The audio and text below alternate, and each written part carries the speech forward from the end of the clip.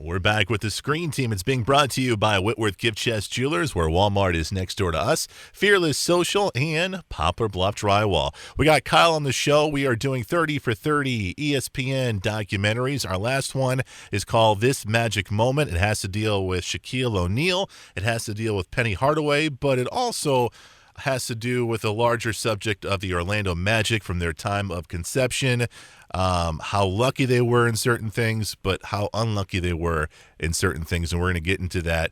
Kyle, what did you think about this documentary? This one I couldn't wait for because now we're in my generation of basketball.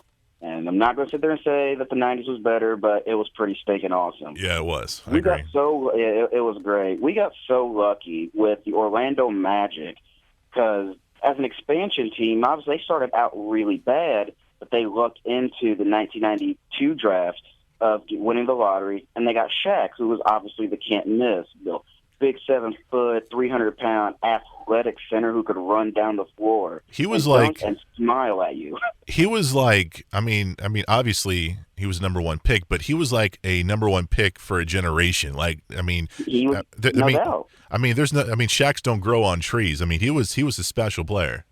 Yeah, he was once in a lifetime because nobody was his size that could move as well as he could, and nobody had his power.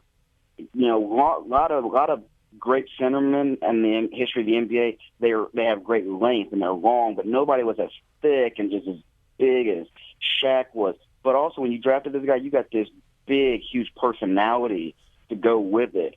He was so infectious. It was hard to not want to be around the guy.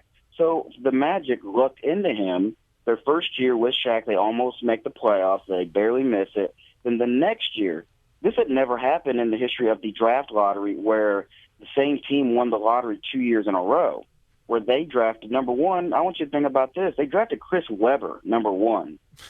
If they would have kept him and had he and Shaq, you could have debated whether they would have been better with Chris Webber than they did Penny Hardaway. Penny was drafted 3 picks later by Golden State, and they traded picks. And thus, what could have been in the history of the NBA was born. So what happened to the Magic? They have these two studs here. How many championships did they win? That would be 0. Okay. Hard to believe. How is that possible? Well, I look back, and I watched some. It's funny, last night they were talking about this. I actually watched some footage of the NBA Finals they played in '95 against the Houston Rockets. They went up against a team in Houston that was so veteran-laden. That was a team that knew how to win. The Magic didn't know how to win yet. They were too young of a basketball team, and lack of maturity on the court will show itself. They got swept in 4 straight by Houston. Maybe they were more talented across the board, but they didn't know how to win together as a team. I've got 3. And after '96, they got blown up. I got 3 words for you. Hakeem the Dream, my friend. Hakeem the Dream. Oh, no doubt. He schooled the dog out of Shaq. It wasn't even funny. Of course, O'Neal physically and intimidating, but find anybody that's ever intimidated Hakeem Olajuwon.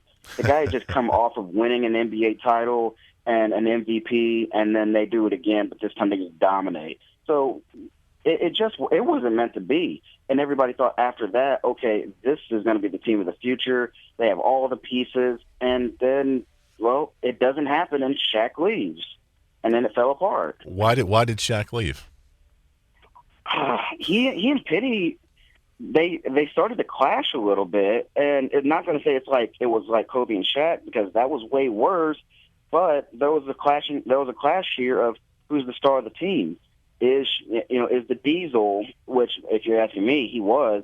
Is he the anchor of the Orlando Magic, or is Penny Hardaway the guy that that puts the team on their back? And there was too much infighting with those two, and the Magic.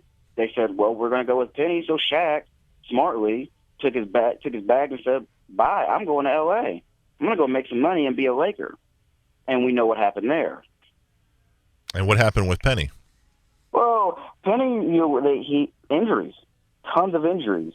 And it was sad because this was a guy who could have been in that generational type of talent because he was a bit of a hybrid at the time of what people said LeBron James was when he came into the league. A little bit of Magic Johnson, a little bit of Michael Jordan. He was flashy with the ball. He could score. He could get to the hoop, and he could dunk. He could shoot. He could do everything you asked him to. But injuries just kept piling on top of him, and it made him a shell of the player that he once was. And having watched him, and as we both did, it was sad to see that happen because it was like watching a bright star fade. Yeah, I love Penny Hardaway. I couldn't stand Shaq, but I love me some Penny, man, for sure. Do you remember his little mascot? Remember Lil Penny? I had on a side? I had forgotten until I saw the documentary, and I was like, oh, I used to love those commercials, man. Those were awesome. Voiced by Chris Rock. Yeah, those are good, man. Those were definitely good. And the documentary was good, too, man. I enjoyed it. It was a lot of fun. And, yeah, I'm just not a big – you know what really kind of irritated me about the documentary was at the very end, I think, Shaq was like, I should have stayed in Orlando, man. We could have won. I was like, shut up, man. You won like 4 rings, all right? I don't want to hear your nonsense. Seriously, and to be quite honest, no, they couldn't have, even at their best. And I'm not saying not because of them, because of some guy with the numbers 2 and 3 on his back. That might be why. That guy's the reason Patrick Ewing and Charles Barkley don't have rings. Yeah, Shaq, I'm sorry, you weren't. It wasn't happening. Yeah, true. Michael was a career killer for other people, and I don't think it would have happened. So go home with that. The documentary is called This Magic Moment. It's an ESPN 30 for 30 documentary, and you can find that streaming on Netflix. Kyle, thanks for being on the show, brother. Hey, anytime, man. Always glad to be a part of it. We're going to have your sister on next week, and we're going to be reviewing 3 very interesting films. We're going to be reviewing the Don Cheadle film Talk to Me about radio DJs, something you know a lot about. We're also going to be reviewing the movie 300, and we're going to finish off with the DiCaprio film called Blood Diamond. It's all coming your way next Saturday at 6 p.m. For Kyle and Chris, we are the Screen Team on today's Talk, KWOC.